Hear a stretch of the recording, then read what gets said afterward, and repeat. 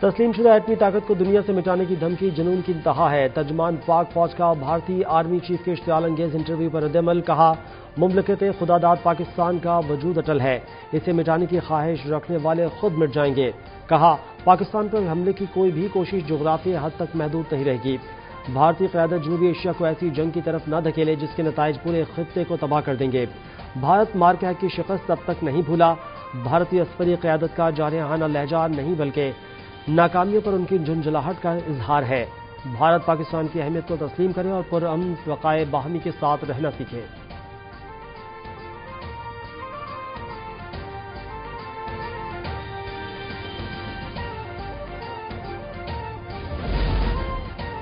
بھارت فیصلہ کرے کہ وہ اپنی موجودہ جغرافیائی حالت برقرار رکھنا چاہتا ہے یا نہیں۔ صدر مملکت ترجمان مرتضیٰ سولنگی کا سوشل میڈیا پر پیغام، کہا بھارت اپنے تمام ہمسایوں سے جھگڑے مول لیتا رہا ہے، اپنی نسلی اور مذہبی اقلیتوں کو دباتا رہا تو وہ دو دن دور نہیں جب وہ اپنی موجودہ جغرافیائی شکل کھو دے گا۔ بھارت ہمیں تاریخ کا درس دینا بند کرے، وہ صرف ماضی میں جینا چاہتا ہے، اس کے پاس مستقبل کے لیے کوئی ویژن نہیں۔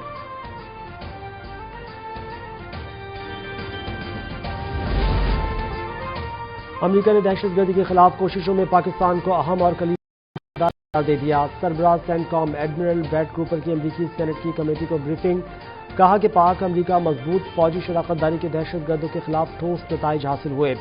دہشت گردانہ سرگرمیوں اور علاقائی سیکیورٹی خطرات کے باعث افغانستان واشنگٹن کی توجہ کا محور ہے۔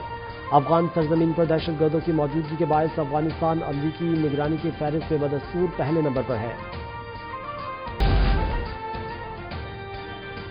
وزیر داخلہ محسن نقوی کی تہران میں صدر مسعود پزشکیان سے ملاقات۔ ایرانی میڈیا کے مطابق محسن نقوی کی ایرانی صدر سے ملاقات 90 منٹ جاری رہی۔ محسن نقوی کی ایرانی صدر سے صدارتی محل میں ملاقات کے دوران ایرانی وزیر خارجہ اور وزیر داخلہ بھی موجود تھے۔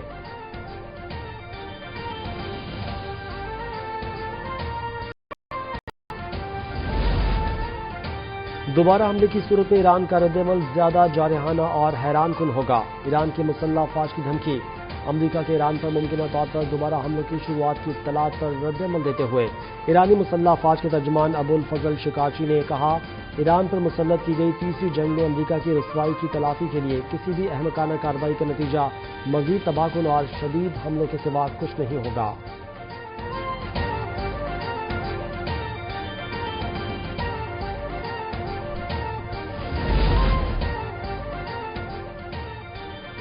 ایرانی پارلیمان کے اسپیکر محمد باقر کالیباف کو چین کے لیے خصوصی ایلچی مقرر کر دیا گیا۔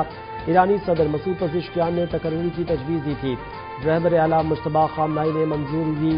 بیجنگ میں ایران کے موجودہ سفیر عبدالرضا رحمانی فضلی چین کے امور کے لیے صدر کے نمائندے کی حیثیت سے خدمات انجام دے چکے ہیں۔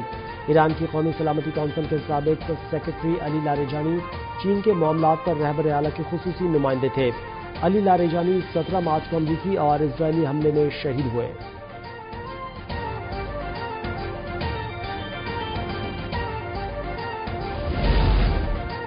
ابوظہبی میں نیوکلیئر پاور پلانٹ کے نزدیک ڈرون حملہ، براکا نیوکلیئر پاور پلانٹ کے باہر جنریٹر میں آگ لگ گئی، کسی ہلاکت یا زخمی نہیں، نہ ہی کسی قسم کی تابکاری کی اطلاع ہے۔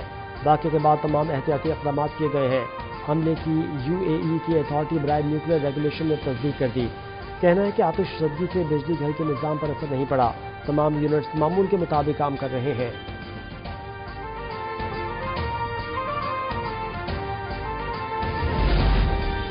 بین الاقوامی جوہری توانائی ایجنسی کا متحدہ عرب امارات کے جوہری بجلی گھر کے قریب ڈرون حملے پر اظہار تشویش۔ حملے میں پاور پلانٹ کے نزدیک بجلی کے جنریٹر میں آگ بھڑک اٹھی تھی۔ ابوظہبی حکومت کا کہنا ہے کہ آگ پر قابو پا لیا گیا ہے، بجلی گھر کو کوئی نقصان نہیں پہنچا۔ IAEA نے بھی تصدیق کر دی ہے کہ بجلی گھر کے اطراف میں تابکاری کی سطح معمول کے مطابق ہے۔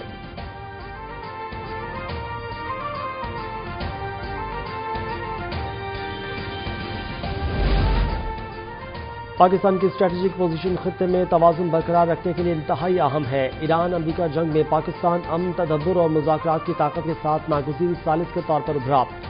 وزیر اعلیٰ پنجاب مریم نواز کی آذربائیجان کے صدر سے ملاقات میں گفتگو، کہا کہ پاکستان مسلم امہ کی واحد مسلم ایٹمی قوت ہونے کے ناطے عالمی نقشے پر غیر معمولی اہمیت کا حامل ہے۔ الہام علیوف کی ایران امریکہ کشیدگی کے بعد بحالی امن کے لیے پاکستان کے ذمہ دارانہ اور ثالثی کردار کی تعریف۔ مریم نواز کی باکو میں آذربائیجان کے بابا قوم حیدر علی کے مقبرے پر حاضری۔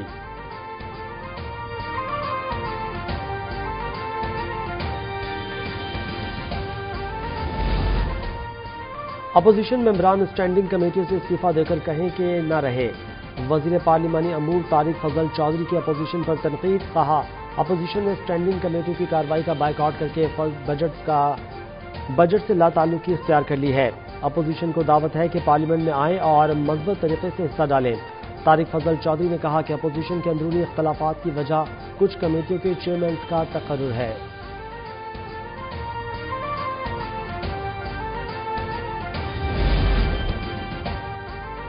سعودی عرب میں ذی الحج کا چاند نظر آ گیا۔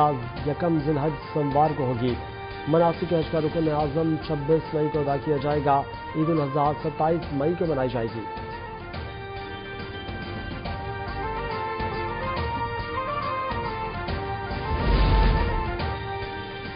پاکستان میں بھی ذی الحج کا چاند نظر آ گیا۔ مرکزی رؤیت ہلال کمیٹی کے چیئرمین مولانا عبدالخبیر آزاد کا اعلان۔ چاند دیکھنے کے لیے اجلاس میں مرکزی زونل رؤیت ہلال کمیٹی کے ارکان، محکمہ موسمیات اور اسپارکو کے ماہرین شریک تھے۔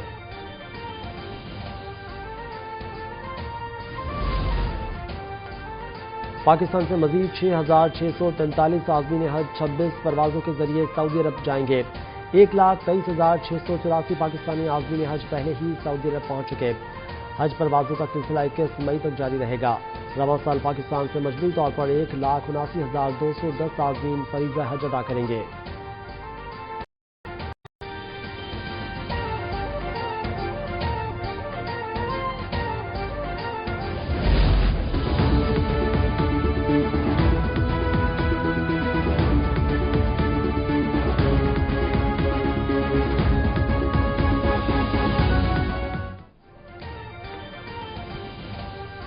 کوکین کوئن انمول عرف پنکی کے خلاف تحقیقات میں اہم پیش رفت۔ پنکی کا ایک اور اکاؤنٹ گرفتار۔ D I G south Asad Raza کے مطابق گرفتار ملزم سہیل پنکی کے پہلے سے گرفتار اکاؤنٹنٹ ذیشان کا بھائی نکلا۔ دونوں کے 6 اکاؤنٹ سے کروڑوں کی ٹرانزیکشن ہوئی۔ پنکی کے 8 اکاؤنٹس بھی سامنے آ گئے۔ سمیر نامی شخص کے اکاؤنٹ بھی استعمال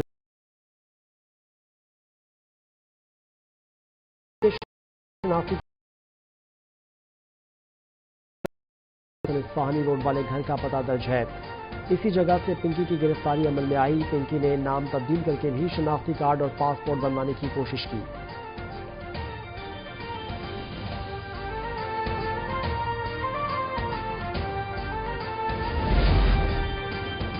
انمول پنکی ایپسٹین فائلز کا پاکستانی ورژن ہے۔ وزیر دفاع خواجہ محمد آصف کی ایکس پر پوسٹ۔ امریکی محکمہ انصاف کی جاری کردہ ایپسٹین فائلز میں جیفری ایپسٹین کے کم عمر بچیوں کے خلاف جنسی جرائم، منشیات کے استعمال اور امریکہ سمیت دنیا بھر کی اہم شخصیات کا ذکر تھا۔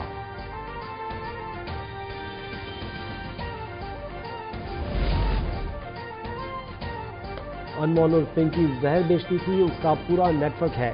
بدقسمتی سے ہم نے منشیات کے معاملے کو سنجیدگی سے نہیں لیا۔ سینئر وزیر سندھ شرجیل میمن کہتے ہیں کہ منشیات فروشی کئی لوگوں کا کاروبار بن چکا ہے۔ میڈیا سے گزارش ہے کہ اس کی نمائش نہ کرے۔ نشے کے عادی بچے جب زومبیز بن جاتے ہیں تو قابو میں نہیں رہتے۔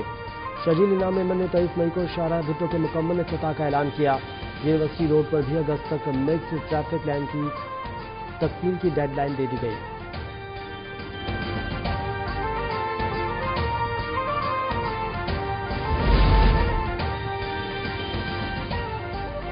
جیکب آباد کی تحصیل ٹھل میں پسند کی شادی کرنے پر بروڑ برادری کے گھروں کو جلانے کے واقعے میں مفرور 15 ملزمان کو گرفتار نہیں کیا جا سکا۔ وزیر اعلیٰ سندھ نے گزشتہ واقعے کا نوٹس لیا تھا۔ لڑکی سدرا کے والد کا کہنا ہے کہ ان کی بیٹی کی عمر 14 سال ہے۔ پاکستان کے قانون کے مطابق شادی غیر قانونی ہے۔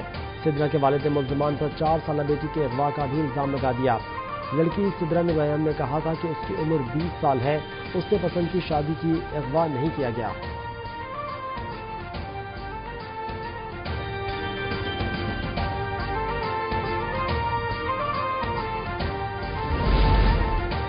لاہور شادرک علاقے میں معمولی تلخ کلامی پر شہری قتل، پولیس نے بروقت کارروائی کر کے 2 مرکزی ملزمان کو گرفتار کر لیا۔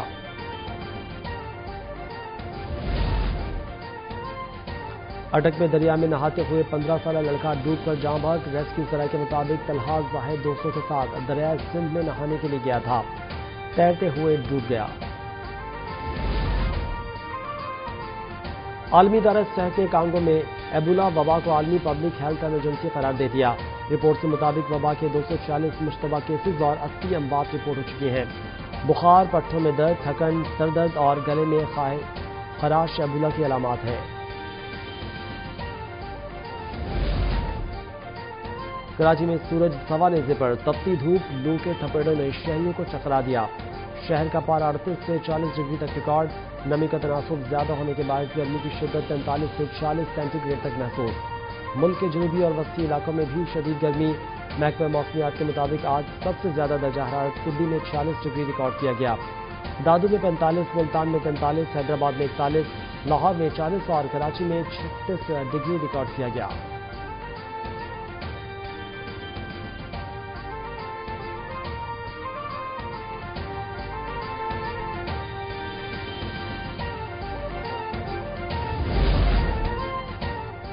اور سلہٹ ٹیسٹ کا دوسرا دن بنگلہ دیش کے نام رہا۔ بنگلہ دیش کے خلاف پاکستان کی ٹیم پہلی اننگز میں 232 رنز بنا کر آؤٹ۔ دوسرے دن کھیل کے اختتام تک بنگلہ دیش ٹیم نے 3 وکٹوں پر 110 رنز بنا لیے، 156 رنز کی برتری حاصل۔